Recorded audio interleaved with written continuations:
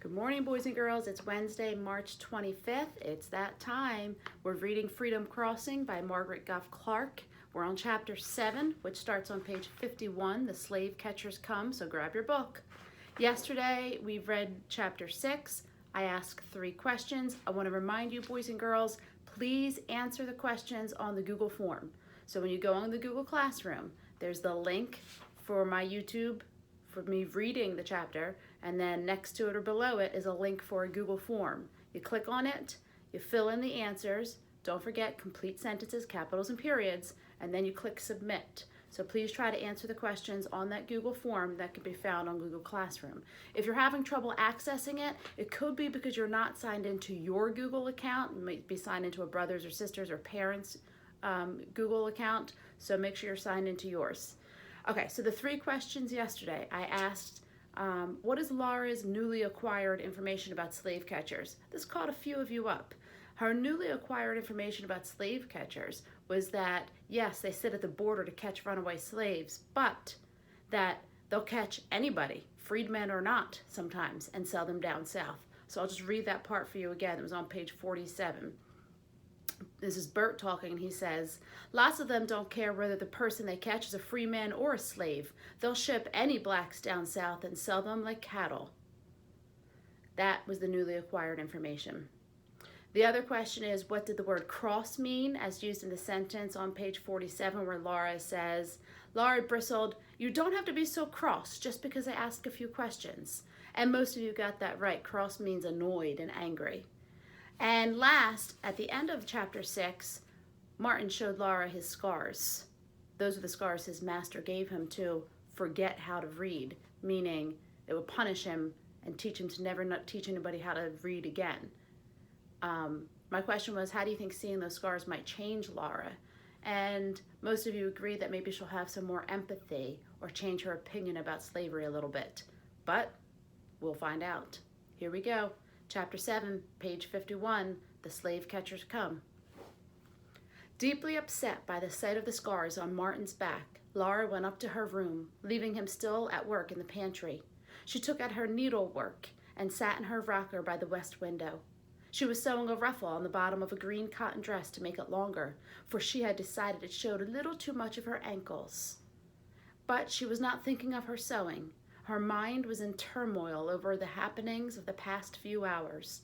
It seemed that her world was turning upside down. Question number 1. What does the word turmoil mean as used there? I'll read it again. But she was not thinking about her sewing. Her mind was in turmoil over the happenings of the past few hours. It seemed that her world was turning upside down. At Uncle Jim's, she had seen only gentle treatment of slaves. His slaves were never beaten, and if they were ill, Aunt Ruth cared for them as if they were her own children.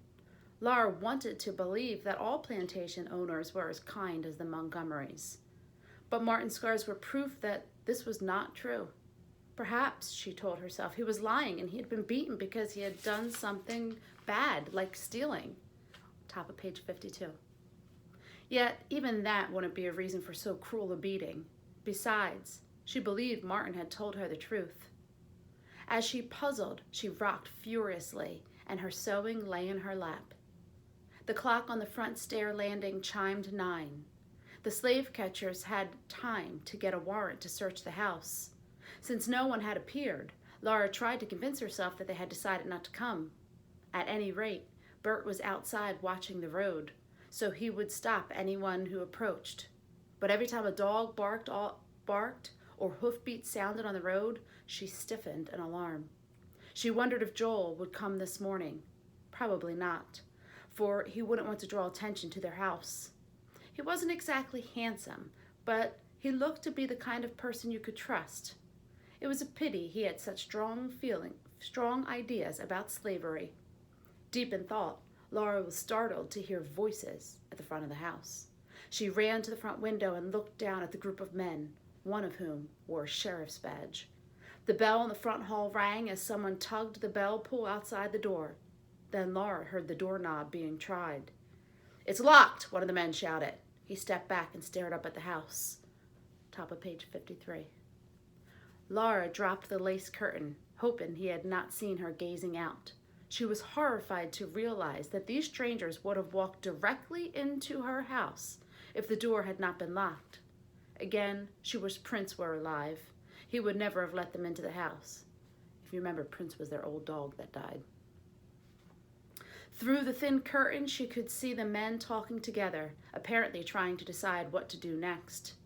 Bert came around the corner of the house on the run, with the wide tinned fork that he used for digging potatoes still in his hand. "Good morning," he called out. The men whirled around. "Oh, good morning, Bert." The sheriff coughed nervously. "We've come to look through your house. Hope you have no objection." "Why did you come?" asked Bert. Laura was amazed at his unruffled manner. "You know well enough," one of the men growled. Bert turned to him, and Laura could see the surprised lift of his eyebrows. She had not guessed that her brother was such an actor. The sheriff said politely, "We're looking for a runaway slave, and some people think Joel Todd brought him here last night." "I heard there was a fugitive around," said Bert. "Of course, you can search the house." He paused. "I guess you have a search warrant." Top of page 54. "That we have," said one of the men, a young fellow with a crest of black hair. "I'll bet you're sorry to hear that. Show him the warrant, Sheriff." "Don't hurry me, Walt." The sheriff pulled from his pocket a paper which Bert studied carefully.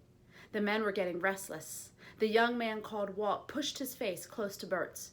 "You know a search warrant when you see one. Now get that door open."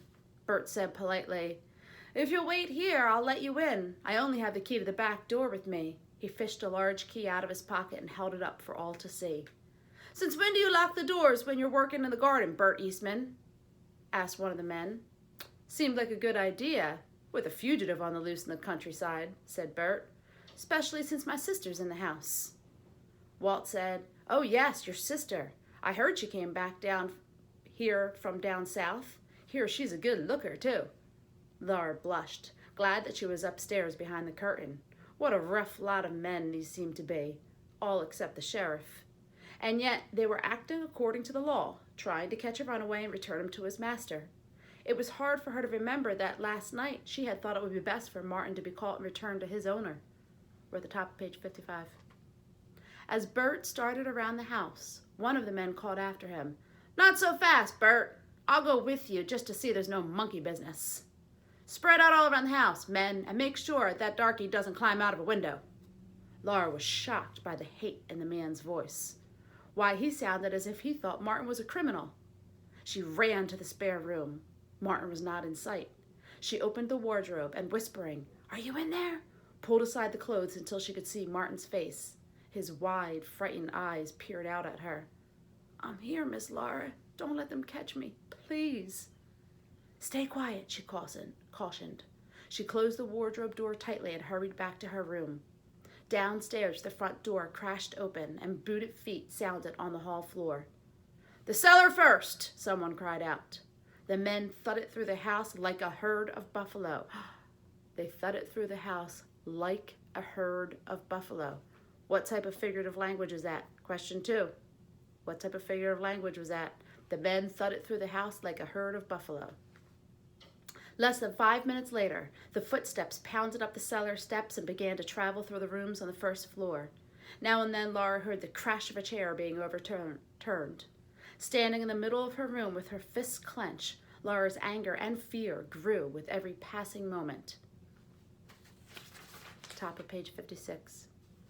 Judging by the noise downstairs, those men wouldn't miss a corner of the whole house. In no time, they'd find Martin and take him away. She kept seeing his eyes and hearing his voice begging her not to let him be caught. Someone was on the back stairs, running lightly, taking the steps 2 at a time. Still, Laura could not move. The quick steps hurried down the hall to the spare room. A moment later, they reached her door, and to her amazement, Bert rushed into the room, pulling Martin after him. Without a word, he flung back the carpet and knelt to lift the trap door. A man's voice came clearly up the back stairs. "He isn't down here, men. Take the next floor." Bert had the trap door open and was pushing Martin into the opening as the men swarmed up the stairs. Laura heard them go into Bert's room and from there into the attic over the kitchen. Now Bert had the trap door in its place and was pulling the rug smoothly, while the searchers prowled about the spare room, tapping on the walls and even the bureau drawers. What did they expect to find in a drawer? Laura wondered in amazement. The loud voices carried easily into her room.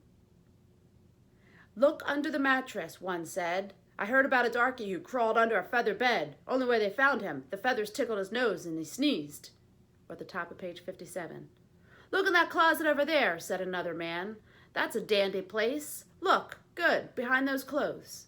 Bert pulled Laura's rocking chair into the middle of the room, directly over the trap door, and shoved her into it, none too gently. "So," he commanded. Now the searchers were at the door of her room. Last question.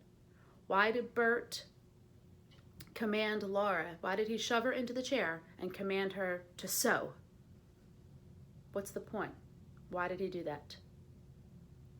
Till next time.